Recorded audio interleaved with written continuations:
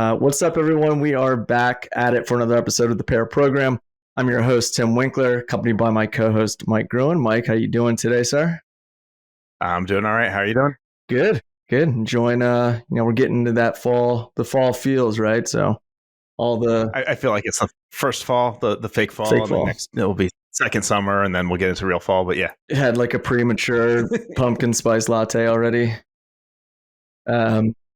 Cool. Let's dive into this. I'm pretty pumped for today's episode. So we are calling this one, my unique pathway into product management. And this will be a discussion that we're going to be hearing from two product managers. Both have had very different journeys to get into the role of product management. So we'll hear both of their stories firsthand. We'll start to draw on some of those differences, some of the similarities as we go. I'm sure it's going to be an episode that's chock full of really helpful career growth content for anybody out there that's either pursuing a job in product management, or maybe you're currently in a product role and you're navigating the different career ladders that are available. I do want to thank our two guests for joining us today. Shyvees and Lauren, thank you both for spending time with us on the Pair Program. Thank you for having us. For sure. All right. So as we kick off a traditional fashion here, we're going to start with the fun segment called Pair Me Up. Here's a segment where we're going to go around the room, kind of shout out complimentary pairings. Mike, you always kind of kick things off. Why don't you tee it off for us? Yeah. This time I'm going with stress and meditation. So one of the things I've learned, so a number of years ago, I started doing meditation and things like that to sort of help with stress. And what I've learned is that when I start feeling stressed again, it's probably because I'm just gotten out of the habit of meditating. And, I was very skeptical at first, but then a number of different people from very different points of view in my life sort of recommended it, and I gave it a shot and was pleasantly surprised. It's quite effective. For sure. Do you use an app, like a guided meditation, or do you... I did for a little bit, but not anymore. But I don't mind throwing it out there. The book that really actually got me started was a book by Dan Harris called Meditation for Fidgety Skeptics, which I felt like kind of nailed it for me. I'm a fidgety skeptic, so it was the perfect book for me. That's cool. Yeah, it's one of the hardest things I've had to kind of stay in that routine. It's easy to fall out of it, and I've kind of picked up too that. I used to have a routine where, pre-COVID, right, we were going into an office 3 days a week, and I would use that morning time early in the office to kind of like isolate myself, put on 20 minutes of guided meditation. And that was part of my routine, would be like 3 days of meditating, because that was my routine going in the office. When we stopped going in, once the pandemic hit, my entire routine got thrown. And so meditation kind of got phased out. And now I'm trying to figure out where does that fit into my new routine now that it's, working from home every day of the week. So I completely agree though. It's so necessary just to kind of slow the world down and just have a little time to yourself. Mm-hmm. I like it. I'll go with, so I'm going to play off of today's topic, and I would say product management and diversity. So I've heard this phrase before from leaders in product that there's no two product managers are the same. There's obviously a lot of data out there that show that businesses at large are going to have an edge and be more successful if they have a diverse breakdown of employees. But I'm not only referring to like race or gender, but also diversity in like education, diversity in the size of the company that you've worked for. So I think like this role of product management, which we'll obviously touch on here, is kind of synonymous with diverse people from all walks of life and different backgrounds. Be sales, marketing, finance, engineering backgrounds. So it's actually something that we were mindful of when sourcing for both of our speakers today, ensuring that their backgrounds are also quite diverse, and we'll pick up on that. But that's going to be my pairing for today is product management and diversity. And let's go ahead and kick it along to our guest, Shyvees. Maybe a quick intro from yourself and then what your pairing is. Yeah, sure. Thanks for having me here today. My name is Shyvees. I am a product manager at LinkedIn. I oversee our expert strategy on LinkedIn Learning to help inspire more members on LinkedIn to create more learning content and sharing their expertise. I actually embarked on this new role fairly recently. And before that, I look after search and discovery for our LinkedIn Learning experience. I also an active content creator on LinkedIn. So you can find me and see my daily sharing on various content. My pairing for today is going to be Peloton and 5 p.m. I think I am a human of habit, a creature of habit. So for me, every time at around 5 p.m. every afternoon during the weekday, I feel like my productivity just dropped. So I like to just shake things up a little bit. And I realize just even a 20-minute Peloton ride can ingest, different energy to kind of restart a day. So as people are getting tired at 5 p.m. for me, the rejuvenating method is actually, riding a 20-minute ride. That's awesome. Have you been doing that? Did it start at a certain period of time, like during the pandemic? I know that Peloton obviously had a huge spike in users around that time, but has that been something that you've had a part of your routine for years? Yeah, it's funny because I started right before the pandemic, not knowing that it's pandemic, right? So it's at the end of 2019. I moved to a new location in San Francisco that was actually not very easily accessible to a lot of gym and like fitness studios. I was like looking for ways to work out at home rather than having to walk, let's say 30 minutes to a fitness studio, feeling already tired and work out. So I'm looking for a, sort of a home workout solution, and Peloton came about. And so I became really liking it. And I think the trick is actually, if you see my background, I'm trying to hide my Peloton there using a wide scarf. So it creates more differentiation for my hair. But the point I want to bring that out is because it's very visible in my living space. What that means is that every day at 5 p.m. or right around that time as my productivity dropped, I'll be like naturally just like, what do I do to make myself like, still feeling like productive in a different way? Yeah. And it helps me develop that habit. So from maybe working out like before I have Peloton, maybe like once or twice a week, going to the gym, and then like a lot of mental barrier, right? Walking there, change clothes and everything. Now I would say during the pandemic, I did it more like for a period of time. I actually had 100-day break, like a streak where I work out every day for 20 minutes. But nowadays, things are opening up more. So I would say I do it maybe 3 or 4 times a week, 20 minutes at a time. So not crazy. Cool. That consistency, though, it sounds like that 5 p.m. kind of is your trigger. 5 p.m. I like that. Yeah. Yes. Cool. All right. Well, 5 p.m. in Peloton was Shyvees. Lauren, what about yourself? Can a quick intro and your pairing? Hi, Lauren Creedon, head of product at Goldcast. Really happy to be here. I'm going to take us back maybe to the fall theme, maybe a little bit to Mike's pairing. I was thinking today, a crackling fire and a good book. I spent a lot of time over the pandemic at a cabin up in New Hampshire on a pond, and like real wood in the fire. You go out and you refill every couple hours, keep it going all day. Just, good weekend day, finish a book. It's just like, I hope if you're a listener and you were dreading the end of summer and now you're thinking toward fall and winter, that image gets you ready for the season. I can't agree more about the real fire. I don't know what it is that just makes them feel so much warmer than the gas fire. The big fan. What about just like the crackling Yule log during like the Christmas time where it's just on the TV? Does that suffice, or is that going to cut it? Something tells me you've never had a real working fire system.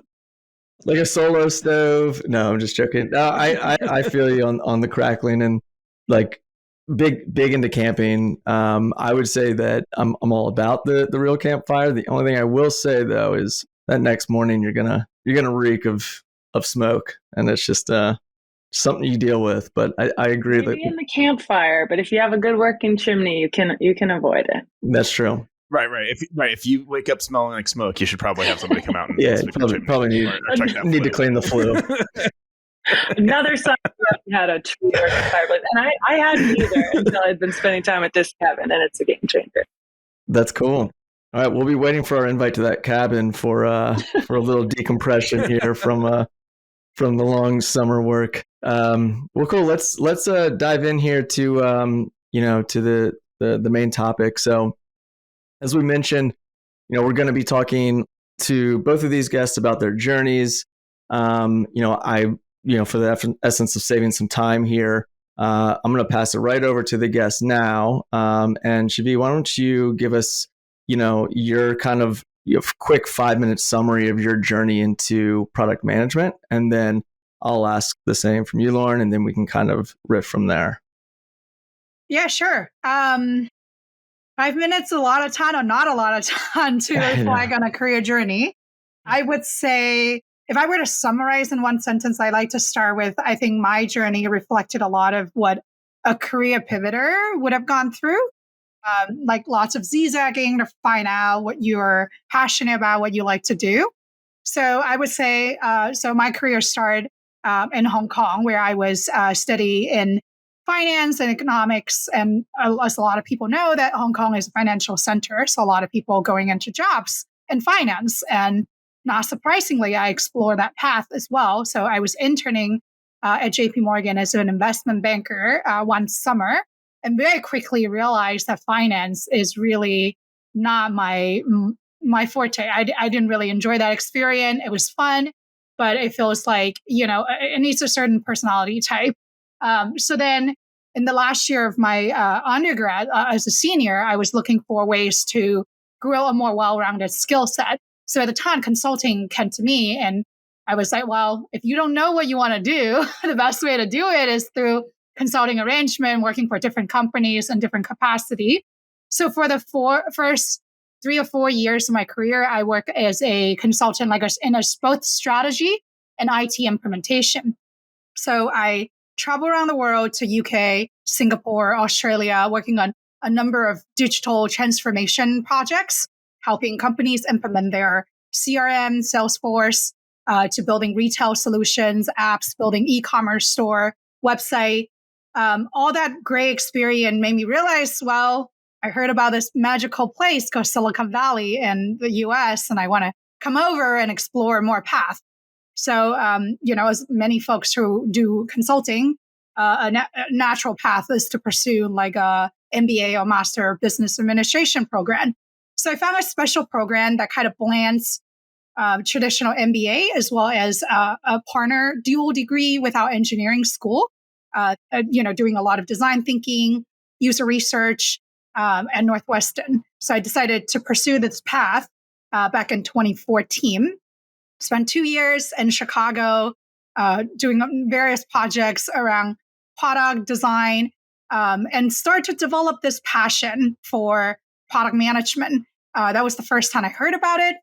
But what went wrong was, just like many career pivoters, I have my strength in building PowerPoint slides. Nowadays, people probably laugh at it, like to see how useful that skill set really is.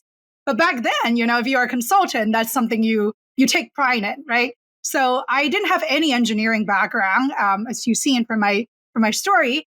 So I kind of talked myself down. I had my imposter syndrome, that I thought maybe product management wouldn't be a good fit, right? Like I wouldn't be good at it. I didn't have CS degree. I don't know if I will work well with engineers or not. I just thought, well, I'm very comfortable and very good at making slides. Maybe I should continue to stick to that path. So I did a little bit of coffee chat, talking to like 2 product managers from my school.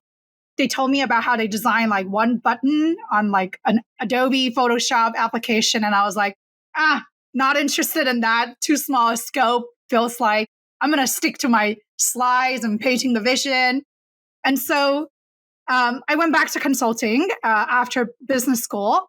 Almost immediately regretted it because I felt like slides are just, if no one pays attention to what you put down on your slide, it doesn't feel like the sense of achievement and ownership of what you want to take charge of, right? So I try to look for projects where I can exercise more sort of ownership and defining the vision, start working a little bit with developers to build apps and to round out and building that confidence in product management.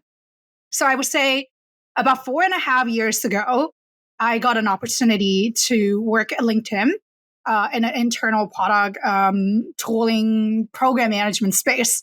So it is a role that's in between product and program in a sense of I did work with engineers and designers. We built products to serve our internal sales reps. There were 6,000 of them globally. So we built tools to log their sales, provide insights on how they're selling, and also to management on all the sales prospect. And over the 2 years, I think I developed a lot of conviction of like, hey, this is really what I want to do. And I know how to work with engineers, even without having a formal technical degree. So about 2.5 years ago, I started looking both internally, transitioning into our product team, be able to build external user-facing tools that would impact millions of users, as well as also briefly explore outside opportunities outside of LinkedIn. And then at the end of 2019 or early 2020, I was presented the opportunity to join LinkedIn Learning. And at the time, I had a real, I think, chemistry with my manager. At the time, I feel like he was super supportive. I prioritize, manager and people that I work with. And I was also very passionate about education and learning. I'm first generation in my family to attend college. So I wanted to kind of pay it forward. And with all that goodness coming in, decided to take on that role with LinkedIn Learning. So I've been, doing various product jobs in that capacity. And that's been my journey. Happy to share more and some of the struggles that I went through. I think, it's been a lot of back and forth, I think, for me to try to build that confidence of like, hey, I can do this job. This is the right fit. Even though, one piece of information I would share was when I did decide to take on the product role, it's more of a lateral move or slightly downward move if you think about it, because in my old team, I would have already started to manage a small team of 2 to 4 people. We were building my charter. But when you pivot it into product, a lot of that goes back into the individual contributor, the IC work, to kind of build your crafts, prove yourself all over again. So made that career transition and happy to talk more later in the show. Yeah, for sure. Yeah, there's a lot that we can kind of dissect from that. I want to pivot real quick over to Lauren to get your background, because I think it's a very different journey, and then we can start to pick apart some of those specifics around the tips and things to avoid and what you wish you would have known. So, Lauren, why don't you give us your quick summary as well? Thanks, Tim, and thanks for sharing more about your journey, Shyvee. Let's see, I'd sum up my journey as spending about 5 years in early stage startups, and then the last 7 years in growth stage, Series C, D, that growth path from 50 to 200 million after you've already proved product market fit and raised a couple rounds. And why those two phases are important when I look back on my own journey is those first 5 years, I really learned from failures. I learned what happens when you raise a bunch of money and don't test a hypothesis well enough before spending all that money. And I learned what that feels like to let teams down and learning from those failures defines those first 5 years. It was also a phase of my life where a lot of people around me were passionate about ideas. They were passionate about being the one with an idea. They were passionate about just quote unquote startups and building things. And I learned over time, that last 7 years, I learned from successes. Failures too, but learned how to work within a really a growing user base with proven product market fit, how to test and learn, how to fail faster, how to learn early, how to align product development with a true operating plan to make money back on that money invested. And so where I'm at now, I'm going back to Series A, going to be head of product and try to learn or apply both of those experience back at that early stage and develop a good muscle and see what works. But if I think about my unique path into product management, I didn't start there.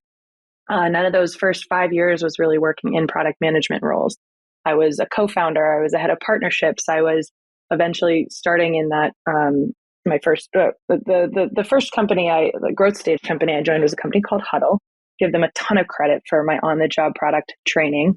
But I entered in market development, a true go-to-market role where I owned their highest growth stage market and owned really what product roadmap and go-to-market strategies would help us grow that market segment and turn around some underperforming products in the process. And I learned from wearing many hats in my initial roles.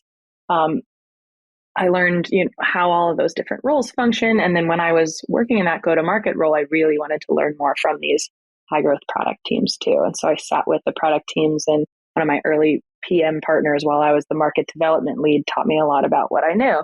And we eventually created an evolved discipline at that company, Huddle, for product management that took the best of both of those skill sets.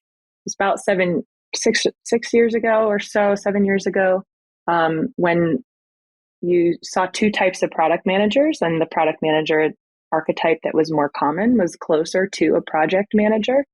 And we realized what we really wanted the product manager to own was the business outcome, and a lot more of those really honing that go-to-market skill set to make prioritization decisions.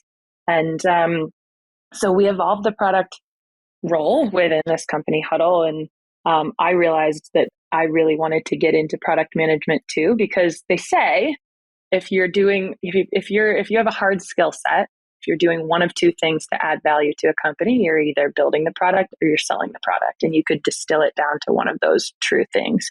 And while there's plenty of skills within those and sub-disciplines within those, I realized I really did. My origin story is as a creative. I really wanted to learn how to create those things, but I didn't want to do it sitting on one side of the fence or the other. I really wanted to help connect both of those teams and both of those sides of the business, because where the stress comes out and where the failures come is when that operating plan or those assumptions that go into the growth goals for a market segment are not aligned with the product roadmap, or you learn too late, or you create a lot of stress for teams that way. So through communication, through really understanding and getting some great product training, I developed a new hard skill set within product management, and really give a lot of credit to Huddle for giving me the chance to learn on the job. And so at this point, I'll toss in some advice for PMs to really look for if you're interested in getting into it and you have the opportunity to work for a company that has a great discipline, and you enter through some other skill set or path, to really spend a lot of time learning, feed that curiosity, understand the outcomes that matter, and learn at a place where you can get really, really good training. I got to work with Bob Moesta on Jobs to Be Done training, Jeff Sutherland on Scrum Inc. training, Marty Kagan, Silicon Valley Product Group Empowered Product Manager training, Melissa Perry, Escaping the Build Trap, Andy Duke, Thinking in Bets. Like, there were a number of different, foundational elements that I got to learn with a product culture that really cared about it. But then when I eventually went to go lead the AI product team at Drift, I was able to lead a team through a really tough time of change that needed a lot of go-to-market team alignment and a lot of discipline about predictability through a time of a lot of organizational change and road mapping change. So I can get into some more of those specifics, and I have plenty of little tidbits of what that journey was like. But now going into a head of product role, that journey is really, it's something I've learned to embrace, is to really empower the people around me to do what they're really good at and to own what I'm really good at. And that go-to-market skill set has proven to be a really valuable underpinning of the product management skill set, especially in a leadership role where that alignment across the business really matters, to empower the people who are the specialists on your team to really own their areas and execute. So I'll pause for now. Thanks for giving me the chance to intro. Yeah, that was great. I think what's interesting is that neither one of you have that traditional CS dev engineering background. And as someone who I'm engineer, went into VP of engineering, was briefly in product, and then left because it wasn't for me. One of the things I've learned over the course of my career is that actually most of the best product managers I've worked with actually don't have that engineering background. I think they do come from places like marketing and go-to-market and the various other parts, because to me, and I'm curious if you guys would agree with this, product is focused on why and what. And if you have too much of an engineering background, you get sort of focused on the how, which is like, that's what the rest of the engineering team should be working on. And so I think it's actually a huge benefit when you don't have that background. I'm curious if that's been both of your experiences as well, working with other product managers, your own personal experience. Great question. You can go first, Lauren. I'll let you go first, Lauren. Oh, okay. Yeah, I think it's an interesting one, especially because I found myself working on highly technical parts of the product and not been impeded by not having an engineering background. AI, ML over at Drift, smart cameras, which is a combination of hardware and software at Huddle, live broadcasting software at Huddle as well, and now at Goldcast.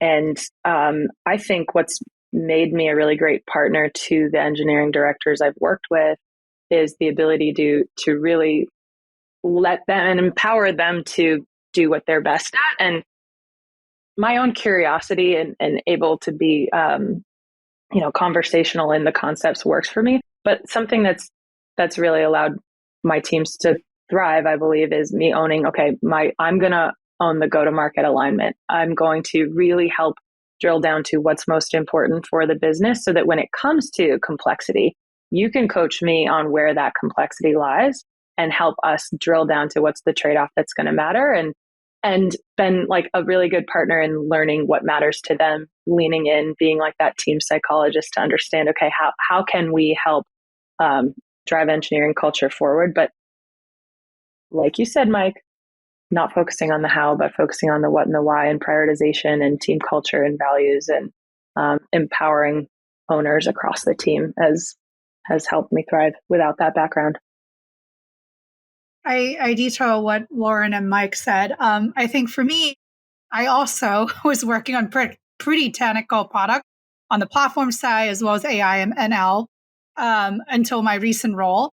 I think something in addition to what both of you said, that would be value add for a non-technical PM coming in is that ability. Two things. One, I think, is our ability to simplify things, because majority of the business, even sometimes VP of engineering or director of engineering, when they operate at that level and you're running some model or some training of the data, it's really hard for them to to really quickly grasp what is the gist, what is the value that that piece of experiment or technology brings to the table. So being able to communicate from a value-centric approach versus just highlighting, we're doing this experiment, running this model, and it helps to bring visibility into the work. And that engineering sometimes are not very comfortable being their own self-advocate. So I think as a PM, communicating a value-centric turn and bring that visibility, I think really, really help being that glue between a development team and rest of the business, the go-to-market teams. I think the second value that PM kind of bring in addition to the vision, I think it's sort of the storytelling aspect, and also how to be able to ask smart question from data, looking at experiment. I think a lot of times, like coming into an AI discussion, I remember I would just ask very basic user insight question that, the data is available, but the engineer have not thought about interpreted data in that particular way. And I think those have been really, really helpful. Like, if we're looking at our search data, sometimes most basic thing I would ask is just like, what are some of the common terms that people search? Are they successful? Are they fail? Why? And just understanding that, I think, gives you a lot of insight. And it's almost like I'm working with my engineering team firsthand, training them to gain user insight. And sometimes they really, really appreciate that. Go ahead, Lauren. I think you're about to say something. Yeah, I was going to build off of that, Shyvee. I was thinking to myself how I found some of the best product innovation ideas even come from engineering. And oftentimes the engineers on my team are really, really close to that user data. And it made me think about what things engineers traditionally don't like to do. And they often overlap with the things I do like to do. And that's that's been like, that's really worked. I've gotten to start off a lot of those relationships with like, hey, you don't like stakeholder management? You don't like having to go through the justification and get everyone on board and do the pitch and like find out, I like doing that. And so like that ends up often starting off a really great partnership of aligning on what are your strengths? What don't you like to do? What do you want to rely on me for? And that ability to bring all the data together, influence all the stakeholders, help reduce the thrash of road mapping requirements. It can be helpful to lean in with your engineering partners, and every engineering product partner is going to have a different skill set combo, and engineering and design and PM kind of triangle too. And so to lead off those relationships with really understanding what your strengths are and how you're going to lean on each other has always served me well. Yep, I appreciate that you nailed all of the reasons why I left product management. All of that trying to get alignment, and the rest of it was definitely a challenge for me. Well, we would have been a good pair, Mike. There you go. I like maybe the next opportunity. I like some of these terms that are getting thrown out too, like team psychologist. Like that's a good one.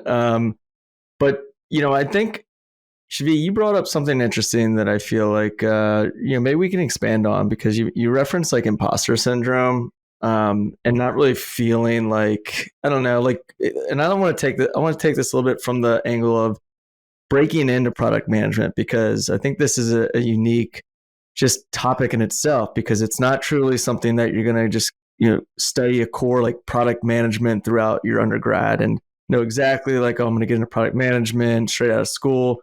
Oftentimes that's rare. There's sometimes associate PM positions and things of that nature, but oftentimes you'll go on Reddit and there's hundreds of subreddits talking about what are my I come from an MBA background, or I'm a consultant, or what are my best chances of getting into a product position?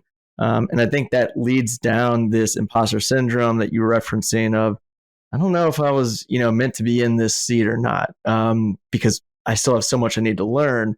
And, Lauren, you hit it on the head with, your experience at Huddle, like finding a company that gives you that opportunity to kind of spread your wings. But what would you say gives folks like their best advantage to getting into a product seat, if they're looking at their background and, what they might want to consider when trying to present that to, a hiring manager when they're, trying to obtain that role. That's a little bit vague, but yeah, I'd love to just kind of like get into that weeds of some of that. I want to take the first stab at this one because I have a funny anecdote from my past. I spent 10 years working in sports tech, and it was the same thing. Everyone wanted a job in sports. Not everyone, but it was like, I'd go to a career panel and people would be like, how do you get a job in sports? I love sports. I'm so passionate about sports. In interviews for my companies, I'd be interviewing people. Well, I'm really qualified because I love sports. And it used to occur to me, and I like to use this analogy for product management, because it was like, that's not a qualification. Like really wanting to, like, I think the parallel for product management is like, I have really good ideas, or like, I feel like really close to the customer. And I think I have the ideas that it would take to build a product roadmap to solve those problems. And the reason I like the sports analogy is because I used to bring it back to, okay, sports, it's a field. Like what you have to know the value and the outcomes you're going to contribute to. Like what is the outcome that you're going to drive, that you're going to add value to within that sports organization? And I used to give that as advice to people who want to get into sports. It's like, okay, what is the business outcome you're going to drive? How are you uniquely positioned to solve it? That's more of like an interview advice. But within product, if you're trying to break in, think about what outcomes you've already driven. Do you have a track record of understanding the system beyond your role, of how it all comes together, about driving outcomes within that system, of driving alignment, about identifying a problem, testing and learning whether it's wrong, evaluating alternatives, seeing where your assumptions are, getting it to all the way through to user value. And, you can do that within a customer success role. You can do that within a business development role. You can do that in a marketing role. You can go and volunteer for things outside the scope of your role and be really outcome focused. And in a product management interview, or even within your company, you're going to get that track record of being like, I produce outcomes, because that's what matters as a product manager. And so if you understand what outcomes you're going to drive for both the customer and the business and can speak to them, and you're always having that mentality, that's going to be more valuable for getting into product management than any idea you could cite as why your ideas are going to be better than someone else's. So I'm curious to hear what you think, Shivy. Yeah, Lauren, I love what you said. I like to address this question in two parts because I really think there are two questions, Tim. One is, how do you overcome imposter syndrome? And then that imposter syndrome manifested even more so when you try to get into a popular role like product management, which is the second part of the question. I think the first part about imposter syndrome, it's so funny because I read a book that I recommend folks to check out. It's called Positive Intelligence. There's 10 different sabotagers for yourself that manifested in different ways to try to like judge you or stop you from, doing more, playing bigger, and living a more purposeful or productive or fruitful life, right? And those are the 10 different type of voice that could tell you like you're not qualified for this role, or you're not good enough, or this and that. It's judging you for what you did. And actually, there's a lot of science about it. I'm not going to go into the detail, but the gist is that since hunter-gatherer days, like our mindset, our brain is wired to protect us. So anytime we try anything that's remotely hard or unfamiliar, you're going to hear that voice. It just sings different tones and narrative, right? And we don't know that it's imposter syndrome in the beginning. Like I didn't know, but you're just going to hear a voice and say, oh, maybe I wouldn't be good for it. Maybe maybe someone else is better. Just because you're trying something new. And you need to get familiar, insanely familiar with that voice. Because anytime you're going to do something hard, anything that's eventually meaningful, that you're growing, you're going to hear that voice. And so I think the trick to overcome imposter syndrome is not to be afraid of it, not to think of it like something you can overcome once, and then that would be it. I think it's something you had to like constantly deal with. Unless you stop trying, you live in a very comfortable, easy life that you might regret like a couple years down the road, and then start over again and then feeling that. So I think you need to learn how to embrace it and get familiar with like what negative chatter is singing to you, so that you knew, okay, you can catch it, and then you can then reframe it and then be able to cope with it better. And now to your second question about breaking into PM, I think Laura mentioned such an important point. I feel like a lot of folks wanted to break into product, but they are approaching it from their own angle of like, oh, I'm a customer support manager. How do I break in? Or I was a consultant. How do I break in? I think you need to embrace that new identity. Again, imposter syndrome will show up, but how can you explain your current job from the lens of a product manager, right? Like, how are you able to drive value? What impact did you deliver? What problem did you solve? How did you decide what problem to solve? Did you talk to the user? How do you get their insight? How do you prioritize what they say and translate it into a product roadmap? I think a lot of it is embracing this new identity of like, I'm already acting as a product manager in my current role and my current capacity. And how do I tell a better story to reflect that? I think that's one. I also think that the other one is a lot of times people think of they're going to get their dream product job in one go. I think in current, market dynamics, sometimes it's hard. So I encourage people to embrace a multiple step phase approach and also be open-minded to different types of company. I know that for bigger companies like the FANG company, LinkedIn included, sometimes they're very strict about a certain, you have to be a product manager before you can apply for a product role. That catch-22. I encourage people to open up to startups or other company that are more welcoming to career pivoters who can bring a different skill set to the table. So don't pigeonholing yourself just into maybe one type of company or one stage of company. And you can always, try something else first, get that product title, and then apply for maybe more mature company that have like higher threshold for former years of product experience. And then you're going to shape your path, once you're in the field and learning on the job. So stay open-minded. I think it's my other tip. Awesome. I have a quick counterpoint to your first point, Shyvees, that kind of gets at what you were making, the point you were making at your second point. You were talking about imposter syndrome, and then you were talking about like getting the experience and charting your own path. And when you were talking about imposter syndrome, I was thinking to myself, so many people who want to be PMs, I think are like the most confident people I've run into in my career, like sometimes overly confident. And when I brought up that idea about your ideas being great ideas, being why you want to get into PM, I think sometimes like to all of those people who are trying to get into PM, I'd also encourage you to be realistic about the humility you will build in your first couple years of product management. You will fail. You will learn your ideas, and your 3-year vision for the product is not going to come to life. This was my journey. My first couple years into it, really, like I genuinely mean, like you will need to account for 2 to 3 years minimum of building a humility muscle of like really trying to learn what you don't know in your day to day, in your over your year of your career, and try to structure those years to learn as much as possible. To know going in, it's going to take time. It's going to take reps, and that is the most valuable use of your time if you really want to have a longer career in product management. I think it's interesting, the imposter syndrome and then the overconfidence, because my experience is to see both in the same person. Like, first of all, I can speak to myself. I have imposter syndrome. I remember early in my career, my mentor telling me, just lean into it. Like, just ask yourself, like, what is it? Like, and how are you going to overcome it? And listen to that voice and use that voice as a way of like your guide to how to overcome this stuff.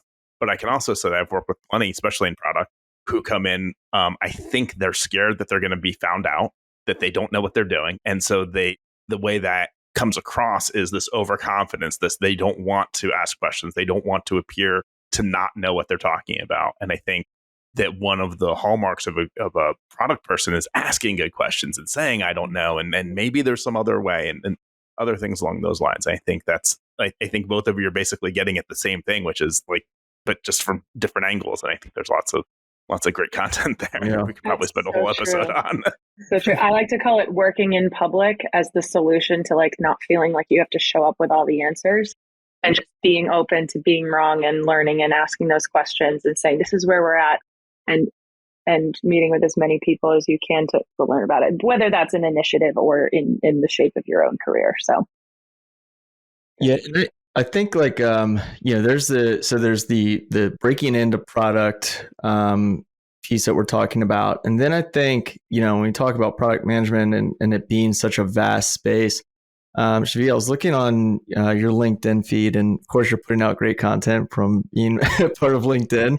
And there was a specific post that I was just kind of like reading through that I thought was really helpful. And it was something I think off of like a Reforged template as well, but it was about how to create a PM career roadmap.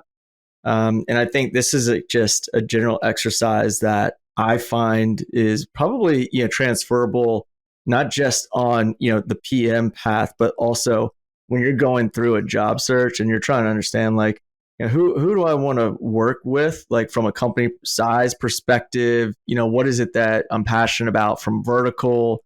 And some of the things that you referenced, I want to point out, and we can also share it in the notes, is what type of product work that you enjoy doing. Like, do you think that like that 0 to 1 path is great, or do you think like this finding product market fit could be great? What stage of the company, right? The early stage, well-funded stage, is it mature pre-IPO, or is it public? What domain will you excel in? Do you like B2B, apps, you like B2C, B2B2C, that's also where you could bake in like industry and vertical, like fintech or health tech. You reference some PM archetypes, so like user facing versus more of a technical PM, the level that you want to grow into, IC, manager, maybe founders on your vision board. And then you break down like core competencies. So like requirement definition, product delivery, user design, research, product roadmap, storytelling. What are the things that you think that you are really good at? And I thought it was a really helpful kind of framework. We'll obviously repost it, but I just wanted to kind of commend you that was, and I think that was something that, Reforge, which is a products management school, I believe, had kind of pushed out as something that folks can tap into when they're trying to understand like what path is really that path. And that would probably be like after you've kind of broken in a little bit to product. But yeah, absolutely. It's one of the most popular posts that I created. So definitely share in the show notes and folks should check out. I think a couple of things. First, just to wrap up the imposter syndrome, breaking into PM, I think my summary from the two spectrum of overconfidence and lack of confidence is that you overcome imposter syndrome by showing that you don't know everything and you're okay with it and asking questions, learning in the open, and bringing people along the journey, the learning journey with you. I think that's how you would overcome it. So that the two actually tie in perfectly together.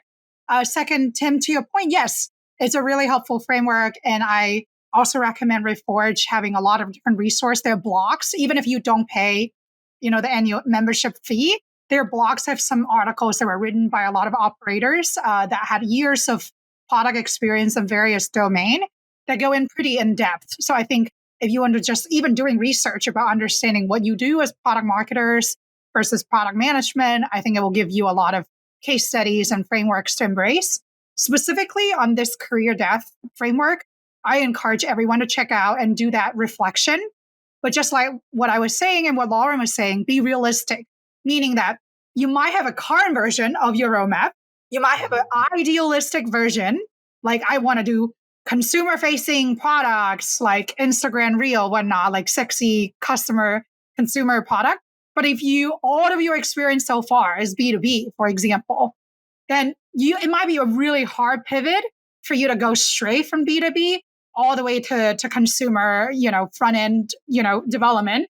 So you might need to pivot it into potentially a user-facing B2B product like, Slack, and a lot of other B2B application right nowadays emphasize a lot on beautiful UX and UI. So you might go for that version first, or you might go to a B2C company that values aspects of B2B, such as monetization, like, other aspects like ads.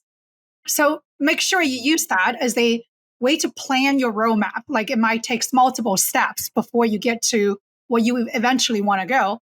I do think it's a great framework for sort of periodic reflection, right? Maybe at the end of every year, or every 6 months, you try to like check in with yourself, see where you are at. Maybe things change. Maybe your preferences change. I think it's a good framework to kind of embrace and like help you reflect on your progress. Good stuff. Yeah, I was gonna say like we can keep going on this unless you guys want to jump. We can do the wheel. I didn't know if there was we could probably do a follow up episode. To be honest, we've got a lot left to meat on the bone. But anything, I guess, Lauren, that you wanted to kind of cap off with, and then we can just jump to the wheel and give it a spin. Yeah, sure. On the subject of designing your career path, I love Shyvees' example of designing it like a product roadmap. Mm-hmm. I haven't read the post, but it resonated with me to think very realistically about what skills you will need and finding ways to go get them. And if you're at a company where you can translate the skills you would get as a product manager to be helpful to whatever area of the product or business you work on now, try it. Something like I mentioned, the jobs to be done training can be very valuable to different areas of the business if you truly understand the user job to be done. So if you're in a customer success role and want to be more product adjacent, you could try to proactively get that training either sponsored by your work or outside of it. And you could then volunteer for those types of initiatives. I can't stress enough the amount of volunteering or kind of side of desk thinking that would go into this if you really do want to make the transition, but getting really close to those teams, understanding how they work, starting to understand the basic principles of Scrum and Agile, because predictability and delivering things on time for a roadmap really starts to be like the inner mechanics of how to prioritize, how to commit, how to scope things to the minimum viable product, those types of principles, doing as much learning as you can to really architect that beginning phase of your journey. You can, it's like, the advice you might give someone who wants to write a book, like you said, or like make a totally separate career pivot. You're going to have, like, if you want to be making money at the same time, you might have to start while you currently have a day job and then eventually test and learn. And you might be able to interview within your company, or you might not have any interviews within your company, and you might want to try interviewing and get failed interviews and see why you got rejected and look for feedback. I have a really great experience interviewing for a position at Netflix in which I made it to the final round, but learned that I just didn't have enough of one thing that they were looking for. But I had a follow-up call with the hiring manager, and she got to explain to me exactly like what she would have liked to see instead. And then I worked on that for the next 6 months at my job, and it was no longer a problem. And we've stayed in touch, and she's a great mentor. And so if you can look for any opportunities to get feedback, then you're going to be pouring your effort into the right growth area for that roadmap. So like a true product roadmap, you build in those opportunities for feedback to learn where you're wrong, and then pour that additional 6 months of effort into the right place, and you'll get there. Awesome. Well said. Well said. I'm gonna stick to the wheel just because Mike, if you got to jump a little early, no worries. We can still kind of work things out. But we'll transition to this segment. It's called Round Out My Career. So it's a session where we have this community wheel behind me. It has topics and questions that are kind of crowdsourced from the Hatchpad community, and they can range from anything from navigating compensation discussions to diversity and so forth. So let's give it a spin and see what today's topic is.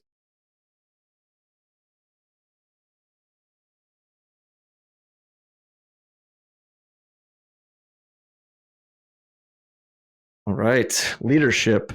So, all right, so let's have a quick peek here.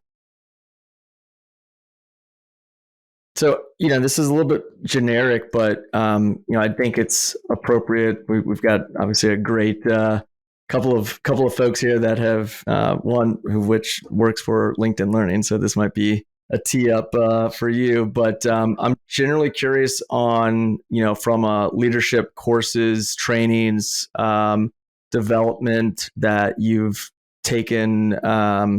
It doesn't have to be coursework per se. It could be specific books around leadership, but anything that comes to mind that you feel has been kind of instrumental in your specific development as it applies to being a leader. Shyvees, why don't we start with you? All right, so many. Trying hard to condense into a few. So I think the first one, what got you here won't get you there, is a pretty good book that summarizes, especially for anyone who's looking to transition, I think, from like an individual contributor to someone who's leading, influencing with our authority, or start managing people. I think that's a really good book. I also really like what we already discussed today of like asking questions, showing your empathy. I think being able to ask thoughtful questions is one way to show empathy and compassion.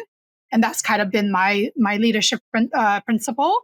I created a course on managing personal productivity as a way to, part of it is also being a more compassionate leader. So my LinkedIn profile, there's a link that goes directly that you can consume the course for free, from that link. Last but not least, I would just say that the best leader that I usually admire are someone who are a servant leader, right? That always think about how to elevate the team versus being really near short-sighted and like not very inspirational. Yes, they get results done, but they also care about their people. So I always look for role models like that in my life. That's great. We'll have a ton of references here to drop in the show notes. Lauren, how about yourself? So for the purposes of this leadership question, let's assume you're already trained in the basics of product management. I mentioned 5 books earlier in the podcast or training mechanisms. So let's assume you already know the basics of product management. There's one thing that's made the biggest difference for me over the last year and a half when it comes to leadership. And that is the Negotiation Masterclass by Chris Voss. It's available on Masterclass.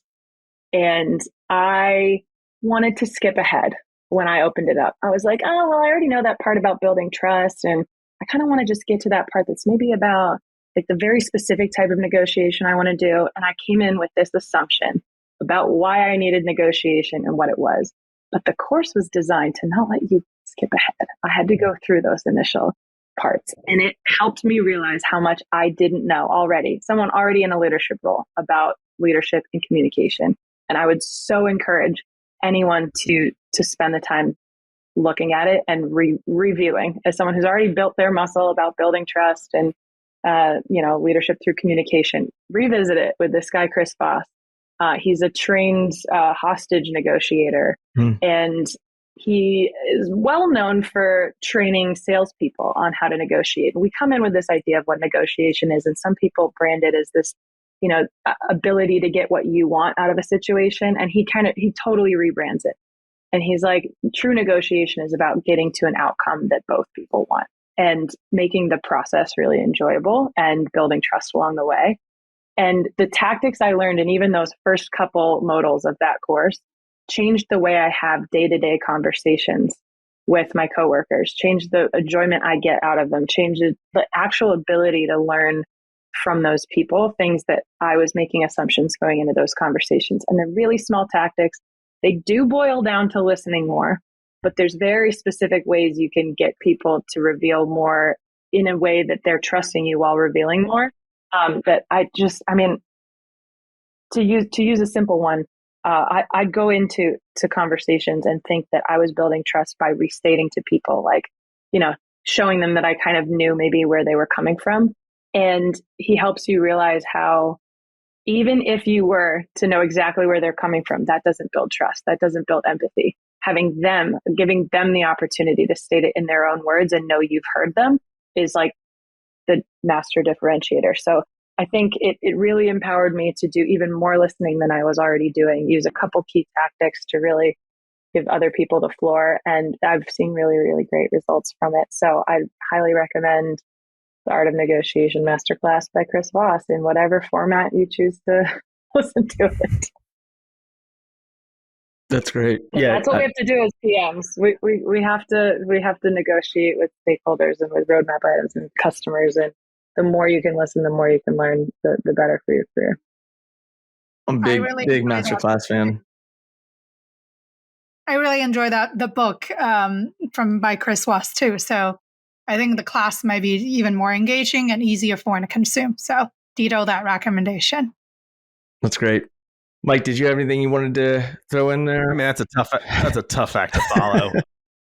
I was thinking, so The Manager's Path is a good book. Recommended throughout my career by multiple people. I've recommended it. It's worth it. And then mentors. I think that especially now, it's probably even more of a challenge with the pandemic and a lot of working from home. But so much of what I learned was from identifying managers, not even my manager. It was frequently a manager of a different team that like I really enjoyed or appreciated their method or something about them, and emulating them. And then and having a couple of mentors over the course of my career who've really had a good impact on being able to give me those lessons and like, hey, you think you know this, but like they can really hold you accountable and call you out on your bullshit of like, no, you don't actually know what you're doing, and you should probably focus more in this area and stuff like that. So that would be mine. Making of a Manager is another good one. And a surprising one that I haven't heard other people read is The Dream Manager. It's all about this philosophy of like, you really understand someone's personal and career dreams beyond the current job. You can really kind of align what they're doing day to day toward that. And so, yeah, for people who are looking to get into management too, as well as product management, it's, super, super valuable skill to aligning teams toward outcomes.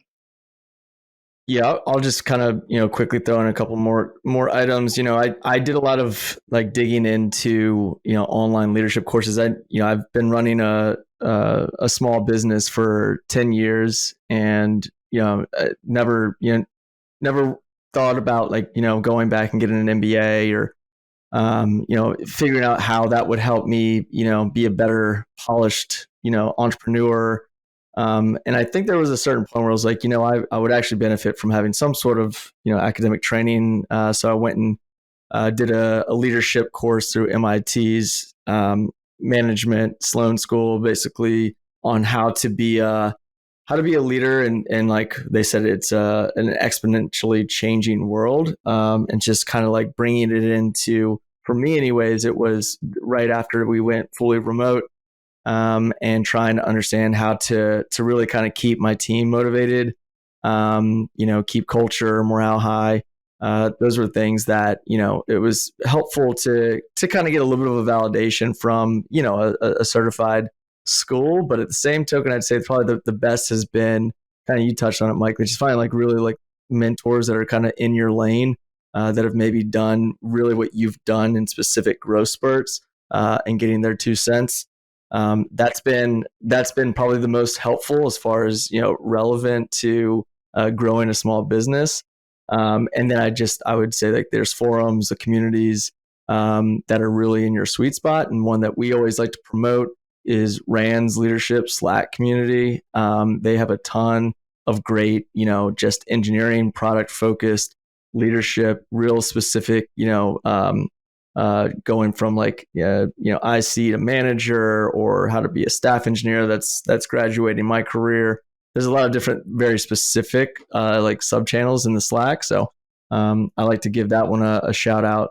And then obviously LinkedIn. I mean, we do a ton of research, and there's a ton of great courses on LinkedIn that we love to partake in and offer up to some of our management team that's trying to broaden their skill set. So other than that, I think we are going to wrap here. So if there's anything specifically that you all wanted to shout out in terms of where folks can find you, you can do so now, and then we'll wrap it up.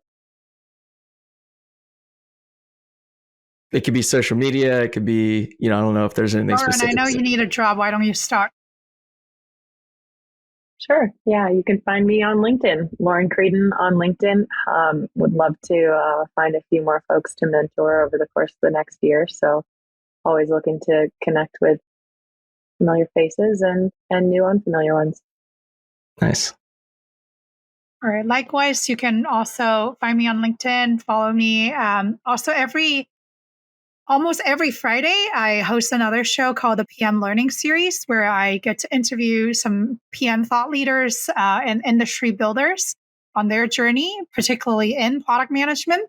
So if you want to continue your learning after today's show, you can join me on Fridays. Awesome. All right. Thank you all for joining us. This was a lot of fun.